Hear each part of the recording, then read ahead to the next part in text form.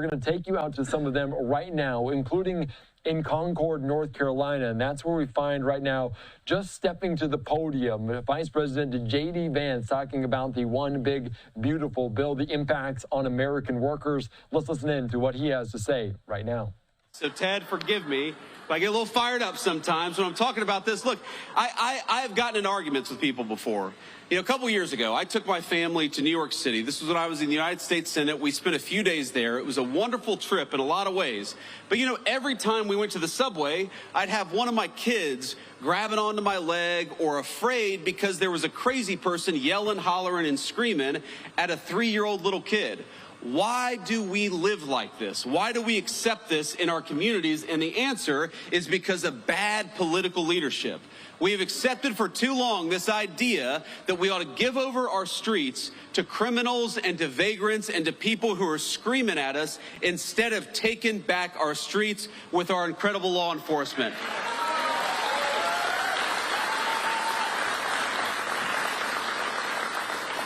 And there are so many things that we can do. You know, in Washington, D.C., the first 2 months that we surged the National Guard, that President Trump surged the National Guard into Washington, D.C., there were no murders. Not a single murder for 2 weeks in the streets of Washington, D.C. And you know, we have all these world leaders who come.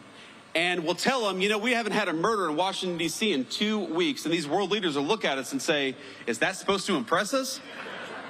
Like, that doesn't sound very good. But, you know, to Washington, D.C., which averaged last year a violent murder every other day, 2 weeks without a murder was a hell of a track record.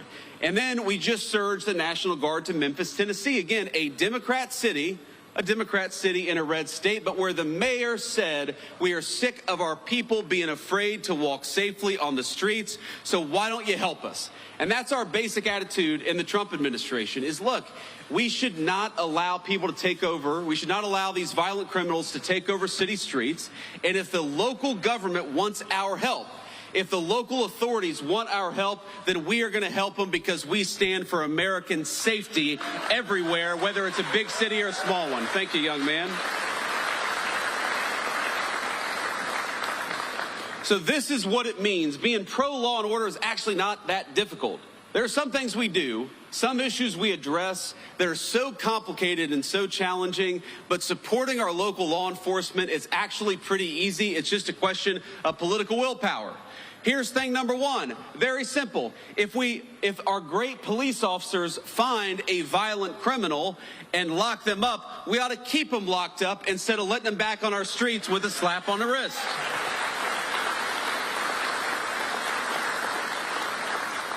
That means we want to give our police officers the very best equipment and the very best protection anywhere in the world. We want you guys to have the very best, and we're going to fight every single day to make sure that they have it. It means punishing state and local jurisdictions that restrict your ability to do police work. They just want to do their jobs. They ought to be allowed to do it. And it means pursuing enhanced sentences for violent criminals, like the violent criminal who murdered that poor innocent girl in Charlotte, North Carolina just a couple of months ago. And I want to talk about her for a second because I think, we got a beautiful baby over there. How you doing, ma'am? Yeah, I would like to. How old is she? 6 months old. Beautiful. Thank you. Thank you for bringing her. We want law and order for her above all else, right? That's why we're doing what we do.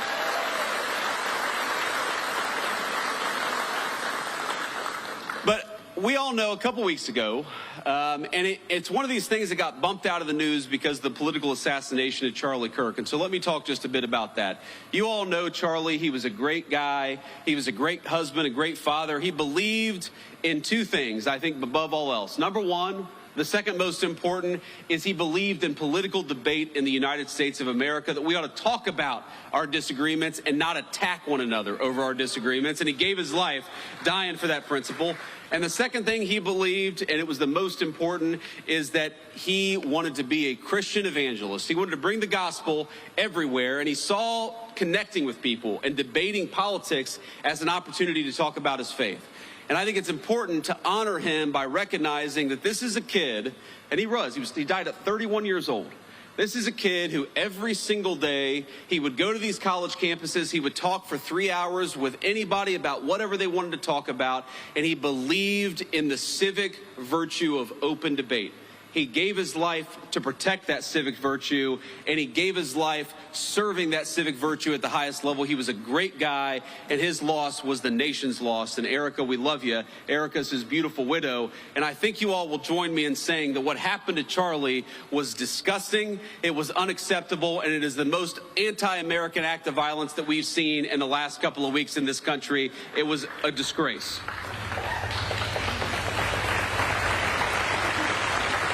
But thank you all.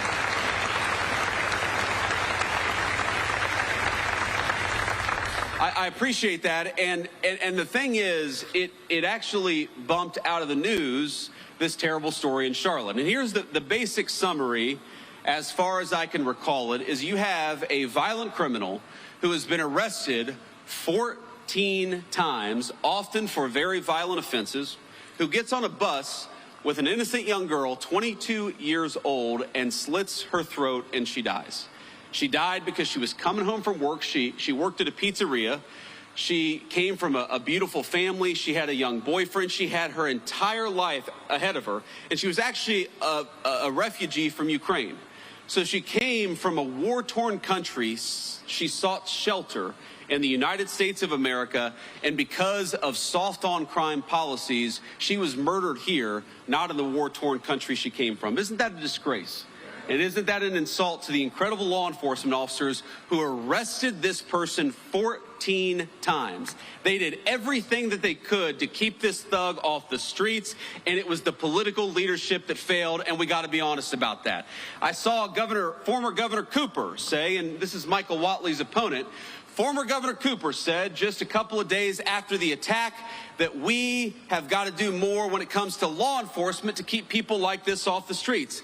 And my response was, Governor, he was arrested 14 times. Law enforcement did their job. It's time for you to do your job.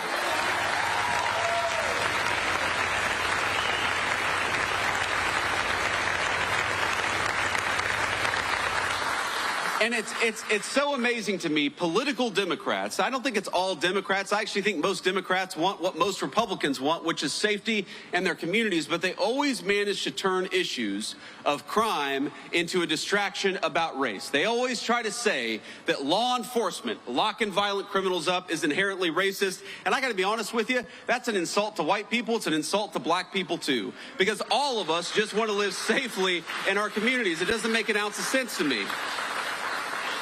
But I actually, because of these Democrat talking points, I went and looked up. Do you know that in most big cities, the gross majority, over 90% of violent crime is committed by fewer than 1% of the city's residents? This is not a black-white issue. This is, we've got a small percentage of violent criminals in our communities. Democrats want to let them out of prison, and Republicans want to put them in prison and keep them there so that all of us are safe in the process. I think that's common sense, don't you?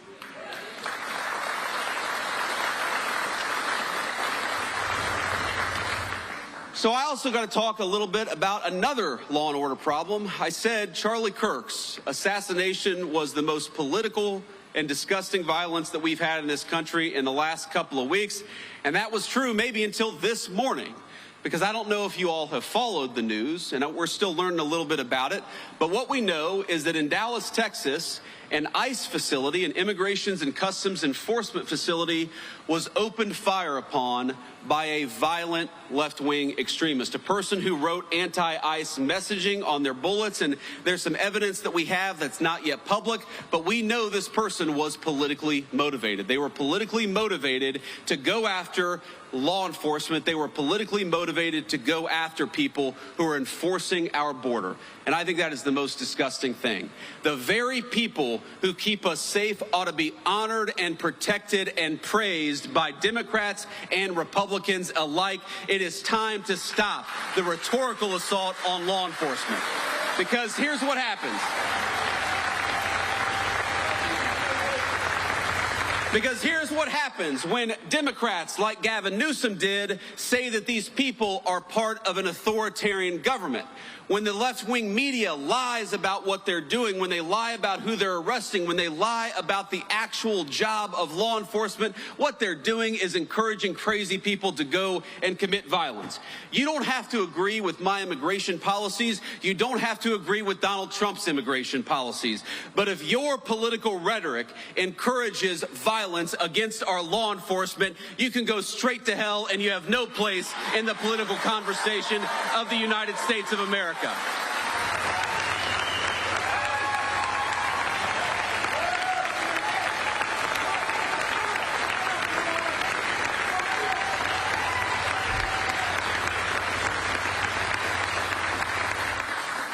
Just yesterday, NBC News, maybe the worst of all the fake news, and I'm sure we have an NBC reporter out there.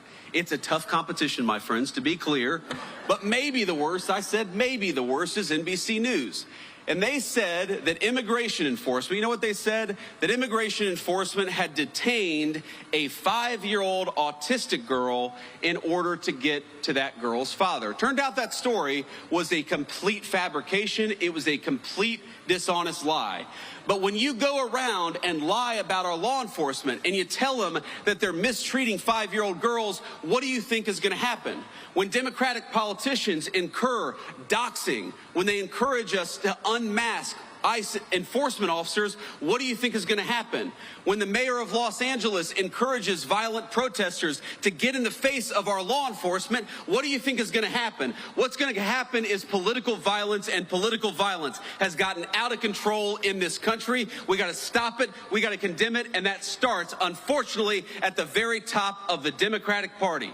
If you want to stop political violence, stop attacking our law enforcement as the Gestapo. If you want to stop political violence, stop telling your supporters that everybody who disagrees with you is a Nazi. If you want to stop political violence, look in the mirror. That's the way that we stop political violence in this country, and we've got to do it.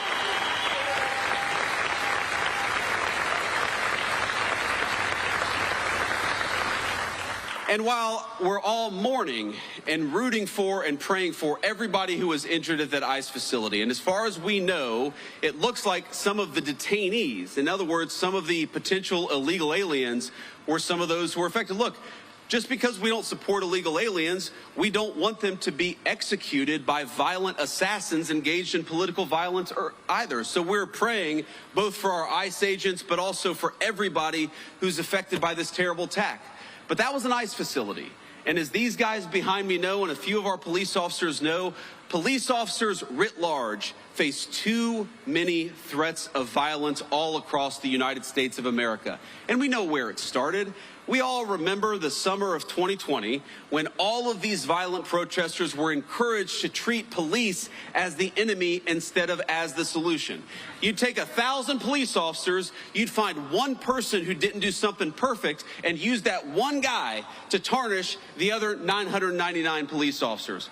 Well, I would like everybody, whether a Democrat, a Republican, or an independent, especially those in political leadership, can we all just agree that our police officers are heroes, that they are public servants, and that the first and most important step of keeping all of us safe is to keep our police officers safe, because they are the thin blue line between civilization and chaos. Thank you all.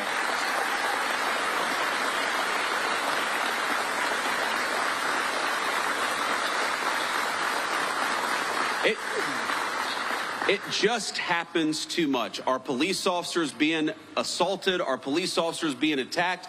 You have these crazy attacks where you have a cop in a squad car who's enjoying their lunch break, and somebody comes up and summarily executes them before the cop even had a chance. It happens way too much, and it happens because too many of our political leaders have encouraged it. Now, it's not just that. It's not just the rhetoric that encourages violence against our law enforcement. You know, when I was in the Senate, there was a big bill that was going around, and it was basically that we were going to try to eliminate qualified immunity from police officers. One of the most disgraceful and worst ideas that I've ever seen. In other words, that we were going to make it easy for criminals to sue police officers for doing their job. Now, does anybody think, when you see the fake news media and the way they attack our police officers, does anybody think that we need to make it harder for our police to do their job? Some of America's cities today have worse murder rates than the very worst third world cities all over the world. That's not a joke. You go to Port-au-Prince, Haiti, or you go to some of the poorest countries all over the world, even those countries have a better murder rate than Washington, D.C. or some of the major American cities. Some of them have better murder rates than Charlotte, North Carolina. That's a disgrace. All of us should be asking, how do we make that better? How do we make people safer in their communities? How do we make it easier for a young family to walk down the street in security and comfort? But unfortunately, we have got a crew of violent radicals in the United States of America who think we ought to make it harder for police to keep us safe than easier for police to keep us safe. So here's one thing I'd like to do. I'd like every single Democrat starting today, and every Republican too, while we're at it, to say that we are going to defeat these efforts to strip immunity from our police officers. We're going to make it easier for them to do their job, not harder for them to do their job. Let's fight for it every single day.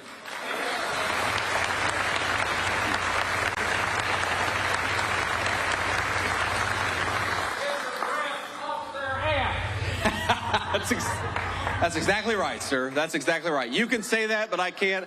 I've hit my quotient for cuss words today.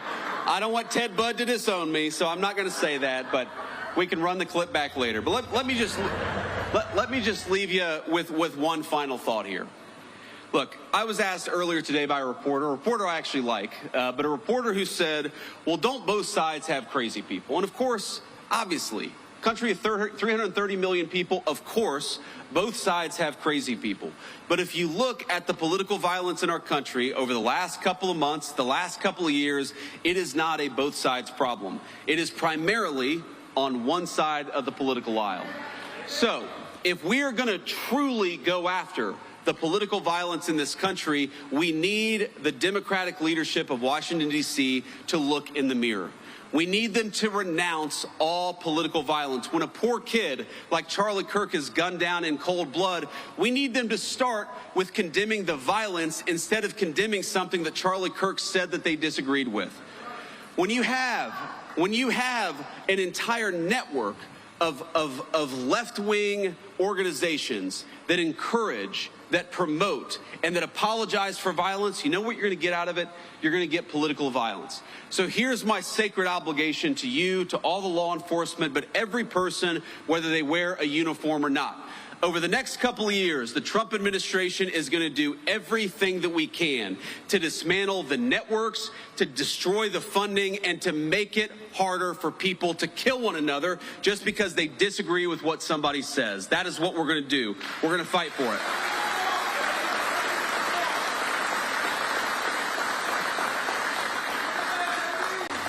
Let me just leave you with this one final thought. Now, most of the time when I go around to events like this, I'm talking about our big, beautiful bill, our working families tax cuts. And I want to leave us just with a reflection on that, because while we're talking about law and order today and we're honoring the police, one of the ways in which we rebuild the American dream is by allowing you to keep more of your hard-earned money. And that bill that these great congressmen worked on and the great senator here, what it did was very simple. It increased the child tax credit. It meant that we're going to increase take-home pay by about $10,000 over the 4 years of the Trump administration. It means that if you're working on tips or if you're working an overtime shift, the government is going to take less of your money. And I think that's a pretty good idea, because if you're working hard, I think the government ought to keep its hands out of your pocket. We're going to do all those things. Because I believe the American dream is fundamentally about this principle. It's about the principle that for all the parents and grandparents out there, and I'm now the parent of 3 beautiful young kids, I just want them to have a better life than the life that I have. That, to me, is the core of the American dream. The promise that if you work hard and play by the rules, we're going to give our kids and we're going to give our grandkids something that's just a little bit more prosperous, a little bit more secure, and a little bit more proud than what we were given when we were kids. That is, I think, our sacred obligation. That by inheriting a great country from our parents and grandparents, we got to pass on something even greater to the next generation. But none of that matters without law and order and public safety. How can you have the American dream if you can't walk down your neighborhood in safety? How can you have the American dream if you're worried about getting mugged when you're taking your family out to a nice meal downtown? How can you have the American dream when every celebration, every big moment in a person's life, you're too worried about violent crime and not focused enough on the things that make life worth living? One of the things that we have got to get back to remembering is that if we want to preserve the American dream, we've got to preserve the right of everybody, rich or poor, to live in safety and security in their neighborhoods. You know, when I grew up in Middletown, Ohio in the 90s, we didn't have a whole lot of money. I was raised by a woman who struggled very often to put food on the table and clothes on her back. Mamaw. Everybody loves Mamaw. Most of all me. But you know what? For all of the problems that we had, for all the times that Mamaw was worried about where our next meal would come from, for all the times that Mamaw was sometimes terrified that she wouldn't be able to make an important bill payment, we never worried about public safety. And the reason we never worried about public safety, the reason she knew I could go across the street and play in the park in safety and comfort, is because we had something in this country. And that was a recognition, Democrat and Republican, that we stood with law enforcement and we stood with their mission. It didn't matter what your political affiliation was. We wanted to support people who kept our communities safe. And that's something we've gotten away from, because a lot of the people who report on the news, a lot of the people who actually make policy in Washington, D.C., let's be honest, they are wealthy people who can block themselves off from the consequences of the policies they impose on the rest of us. Now, maybe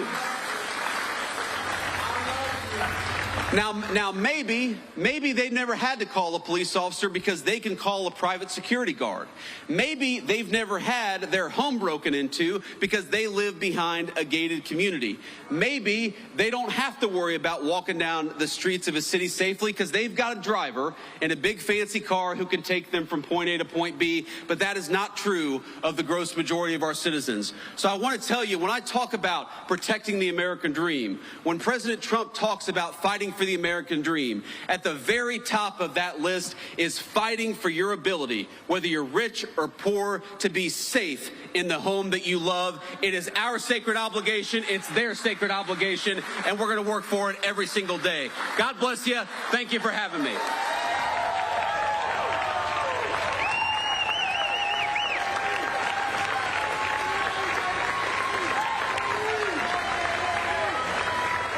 All right, just listening in there to JD Vance, the Vice President, wrapping up this event there in Concord, North Carolina, talking about this one big beautiful bill, talking about the crackdown on crime, also talking about his friend there, Charlie Kirk, who was fatally shot just several weeks ago. And let's just continue to listen. It might be taking questions from reporters. We'll take a few questions from the reporters. I would prefer to start with some of the local North Carolina folks, and then we can take some national questions after that. Do we have a microphone back there? Hey, Vice President. I can't see it. Over here. Yes, Mr. sir. Vice President, thank you for taking questions from us, and thank you for visiting Concord. You referenced the awful death of Irina Zarutska. I'm just curious, have you had the chance to watch that awful video that was released by Katz, and what your thoughts are after viewing it? Well, yeah, you know, I've honestly seen a lot of gruesome footage, some involving my friends over the last couple of weeks. But the footage of Irina getting stabbed to death is very hard to watch. And I have not seen the whole video from start to finish. I had to cover my eyes for part of it because it is so gruesome. And maybe I should just stare at it. Maybe all of us should stare at it to know the kind of evil that we're actually confronting, because what happened to her was really, really disgusting. And I think it comes from a deep and dark and evil place that exists, thankfully, in a very few number of people, but those people we ought to lock up in prison so they can't get anybody else. But when I saw that video, you know what really got me as a father? I've got 3 little kids, 2 boys, and my youngest is a baby girl. She's 3 years old. She is the apple of my eye, as you dads will know. Daughters just have an effect on us. They get away with more stuff. They don't they? It's kind of annoying, actually. She gets away with things she should not get away with that her brothers would never get away with. But I look at this girl who's 22 years old, and I think to myself, you know, I would love for my daughter to have the kind of life where she never has to worry about that. And there's this moment where she looks up at her attacker and she covers her mouth, and you realize what's going through her head. She knows that something very terrible has happened to her, and I hope that she didn't realize it for too long, because that is unimaginable suffering. But if you're a man, I don't care what skin color you are, I don't care whether you're rich or poor, but if you're a man and you see the pleading eyes of a girl looking up for protection, then we have to protect our girls and our women in this country.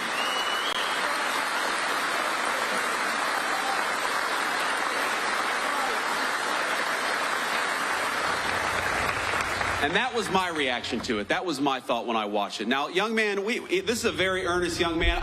He doesn't look like a journalist to me, but go ahead and shout out a question, because I'm not going to deny that level of energy and that level of passion. First of all, what's your name? Henry. Henry. It's good to meet you, Henry. Ask your question, please. I skipped school today. I was wondering if I could get a picture with you.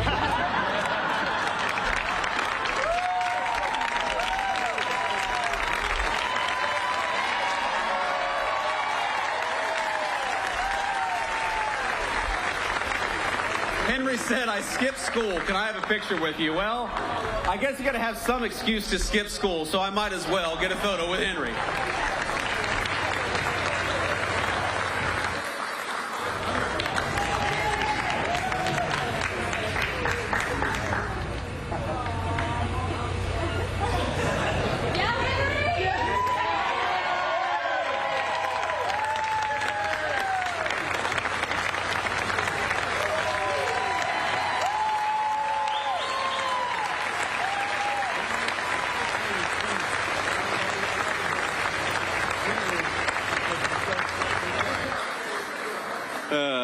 Now the next reporter is going to be, hey, I'm from CNN. Can I get a photo with you too? I wish that I got questions that easy. I'm not holding out hope. Sir. Can we get you a microphone? I can't hear you, sir. Gotcha. I'm Jordan Green with Raw Story. President Trump and other speakers here have blamed former Governor Cooper and the mayor of Charlotte for Irina Zarutska's death. Do you also hold the North Carolina General Assembly responsible, who set the laws governing pretrial release that may have affected this crime?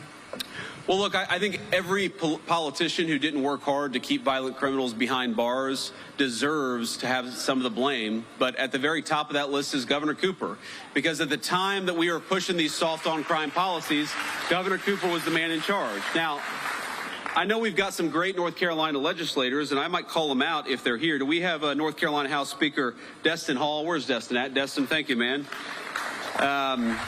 We got Phil Berger here. Phil, thank you so much. Senate President Pro Tem. We've got County Sheriff Van Shaw. Where's County Sheriff Van Shaw? Thank you, sir. We've got Cabarrus County DA Ashley Shanley. Is it Shanley? I got that right? Okay. Of course, we got North Carolina GOP Chairman Jason Simmons. Jason Simmons that's a celebrity in the Trump White House there. North Carolina Labor Commissioner Luke Farley. Luke, where are you? Luke, thank you. And I know, look, I know that our great North Carolina local legislators here have worked very hard to solve some of these soft on crime policies and make it harder to let violent criminals out so easily, and to demand that when you have a violent criminal who goes in, the person stays there and doesn't get a slap on the wrist and released to commit more crime in the community. That's what we want. We don't want a criminal justice system that goes after innocent people. We also don't want a criminal justice system that lets obviously violent felons out of prison without any real consequences. It's just very simple. And again, I go back to the statistic where we have got such a small number of people who commit so much of the violent crime. If we just locked them up, and I mean, look, I believe in repentance and I believe in forgiveness, but I believe that forgiveness often only comes on the other side of real punishment and real regret, which is why we got to lock some of these guys up in the first place. So yeah, I blame the political leadership, and I can't get over a governor who pursued soft-on-crime policies, Roy Cooper, who pursued soft-on-crime policies, who let violent criminals out of prison, and then after Irina was murdered, to have the audacity to blame our law enforcement. Law enforcement arrested this guy 14 times. They did their job. It's time for the politicians to do their job, too. Next question. Vice President Vance, thank you so much for taking questions. I'm Casey Jones from WCCB Charlotte. When it comes to cracking down on crime in cities like DC, Memphis, Chicago, sending the National Guard, what specific metrics does the administration use to decide where those resources go? And can we expect that kind of response here in Charlotte anytime soon? Well, look, if the mayor of Charlotte and the governor of North Carolina asked for our help, we would absolutely send it because we believe in helping people regardless of whether they're Democrats or Republicans. We would love to have the mayor of Charlotte reach out for our help. And that's, you asked what the metrics are. That's one of the most important metrics. We want to go where we can have a real partnership between local law enforcement and the federal officials so that we can root out the crime. And that goes to the second metric. What is the most important thing? You can tell how many people are being murdered in a community. You can tell how many carjackings there are. You can tell how many armed robberies there are. There's way too much violent crime happening in our country. And when we look at an American community, again, we don't care about their politics. When we look at an American community where people are suffering because of violent crime, our response is we want to help. Just let us. And I'd encourage everybody to talk to your local officials. I know we're a little far away from Charlotte, but to talk to your local officials and encourage them to ask for the help of the Trump administration. We are willing to provide it. We want fewer people to be affected by violent crime, but these guys have actually got to play a partnership role with us. And unfortunately, way too many of them. Some of these people, it's crazy. They are ruling over cities that have violent crime rates that are worse than Mogadishu, and they say, no, no, no, we don't want Donald Trump to come in. Well, excuse me, if you don't need the federal help, then why is your murder rate so terrible in the first place? You do need the help, you just need to admit it. Thank you, Casey. Next question. Vice President, Michael Warwick, I'm with WBTV. Welcome to Race and Country, first of all. Irina's law was just passed by Republican lawmakers. It's now on Governor Stein's desk. It addresses cashless bail. It would allow magistrates to involuntarily commit people who they believe to be sick. However, opponents of that bill don't think it goes far enough for the mental health side of things. It also opens the door to the death penalty, which I know some opponents are against. Why would you encourage the governor, politics aside, to sign that bill? Well, because I want to keep violent criminals off the street, and I want Americans to be safer. And this bill does it. Irina's law does it. Congratulations to the Senate President and House Speaker for getting it over the finish line. The governor's got to sign it. I guarantee if this bill is signed into law, it will help our incredible law enforcement keep the streets safe. And that's ultimately all I really care about. Again, it breaks my heart to think that you have young kids, you know, especially in poor communities, whether they're black or white, who don't feel like they can walk outside. You've got grandmothers who are taking care of grandkids who don't want to sit out on their front porch because they're worried about drive-by shootings. That should break everybody's heart, and the way to solve the problem is to empower these cops to go after the bad guys and to do it with their full skill and their full force. Now, I don't know, have I read every detail of the law? I know some of the things that it does. I know that it ends cashless bail, which would be huge for the people in North Carolina. I know it makes it harder for some of these local magistrates to let people out with a slap on the wrist. That would be huge for the people of North Carolina. But could there be more? There could always be more. But don't let the perfect be the enemy of the good. This bill is going to make North Carolinians safer. They ought to sign it.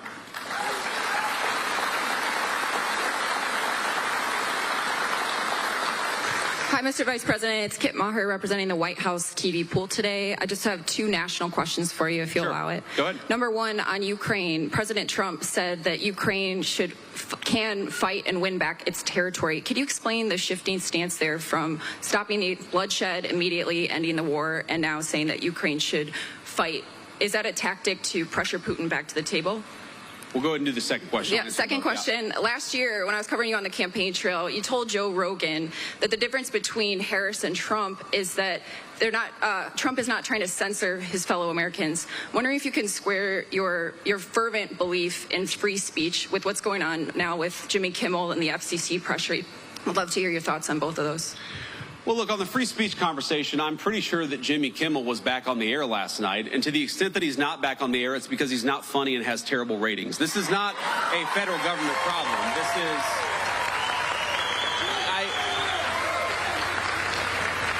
And Kit, look, I want to answer your question in good faith. What people will say is, well, you know, didn't the FCC commissioner put a tweet out that said something bad? Well, Kit, compare that, the FCC commissioner making a joke on social media. What is the government action that the Trump administration has engaged in to kick Jimmy Kimmel or anybody else off the air? Zero. What government pressure have we brought to bear to tell people that they're not allowed to speak their mind? Zero. We believe in free speech in the Trump administration. We are fighting every single day to protect it. Now compare that to the Biden administration, where we found out just yesterday that conservatives on YouTube and on a number of social media platforms were being censored. Why? Because the Biden administration picked up the phone and said, we want you to censor our political opponents. That is real government censorship, and it left the White House when Joe Biden left the White House. Now to Ukraine. Look, I've answered a version of this question probably 100 times over the past 3 months. And one of the things I'll say about the president is that he is responsive to the reality on the ground. And the reality on the ground is that, number one, we have engaged in incredibly good faith negotiations with both the Russians and the Ukrainians. And I believe the president is growing incredibly impatient with the Russians right now because he doesn't feel like they're putting enough on the table to end the war. That's number one. Number two, the president has grown very confident that this war is bad for Russia. You hear me say this all the time. You hear the president say this all the time. The war is bad for Russia. It's bad for Ukraine. It's bad for America. We want the killing to stop. That remains the president's position. But the president also can look at reality on the ground. He sees the economic numbers that are coming out of Eastern Europe. He sees the number of dead people, both Russians and Ukrainians, that are happening in that war. And the president is telling Vladimir Putin it is time to stop the killing. He would say that to Zelensky. In fact, has said that to Zelensky. He wants this war to end, and he's doing everything that he can to stop it. But look, if the Russians refuse to negotiate in good faith, I think it's going to be very, very bad for their country. That's what the president made clear. It's not a shift in position. It's an acknowledgement of the reality on the ground. We're going to keep on fighting for peace every single day in the Trump administration. And I'll do one more question here. Another question. I don't want to take it from you. Good afternoon, Mr. Vice President. Monica Casey, WRAL, out of Raleigh. We are coming up on the one-year anniversary of Hurricane Helene's devastation. Sure. What is the administration doing to speed up the distribution of federal aid for that disaster? Yeah, so just in the last week, the Secretary of Homeland Security put another, I believe, $64 million into the disaster relief effort. We inherited, I'm going to be honest with you, a FEMA that was mired in bureaucracy and red tape. The president has made very clear from day one, we want to get relief to the people of North Carolina as quickly and as rapidly as humanly possible, and that's what we're trying to do. The second thing I'll say is that I understand the governor had a very good call with the president, I believe on 9/11 actually, about a week and a half ago. It may have been, the day before or the day afterwards. But he had a good conversation with the president about some of the disaster relief needs that are there. We're going to keep on working on this. We're going to keep on working with some of our colleagues and the federal congressional delegation from North Carolina. But let me just say, I visited the devastation myself. I want the people there to know we continue to think about them. We continue to work on this issue, and we're going to make sure that we never forget that area in North Carolina and the devastation that storm caused. Great. All right. On that note, I just want to say you guys have been an incredible group to get to spend some time with. Henry, I hope you got the photo you needed. So are you going to get like a tardy, Henry, or what's the deal? If you get a photo with the vice president, you're allowed to have an excused absence? Is that how that works? Okay, he doesn't know, actually. Henry is not as confident in that question as I would have hoped, but it's great to meet you, my friend. It's great to be with all of you. Just remember, we've got a very, very important job, and each and every single one of us has a role to play. To our law enforcement, thank you for the job that you do. We're going to keep on fighting for you in the Trump administration. We're going to keep on fighting for safety and security all across the state of North Carolina. God bless you. Thank you for having me. All right, just listening in there, Vice President JD Vance taking questions in North Carolina, speaking about the one big beautiful bill. You can see law enforcement behind him. He was talking about the crime crackdown the Trump administration has taken to the forefront, as well as the horrific crime there just down the road from Concord in Charlotte, North Carolina, the fatal stabbing of Ukrainian refugee Irina Zarutska there. So we mentioned that, and a question actually came in about that, the horrific nature of the video that we all saw of that. He also answered questions about Ukraine, certainly a 180 from President Trump yesterday, talking about his support for that country following the invasion by Russia, saying Ukraine should and can win territory back in that way. We'll see if that makes any progress. Also commenting on Jimmy Kimmel as he returned to the air last night after just a week out following FCC comments saying it would be the easy way or the hard way, in reference to obviously some of the things he said revolving around the suspect in the fatal shooting of Charlie Kirk.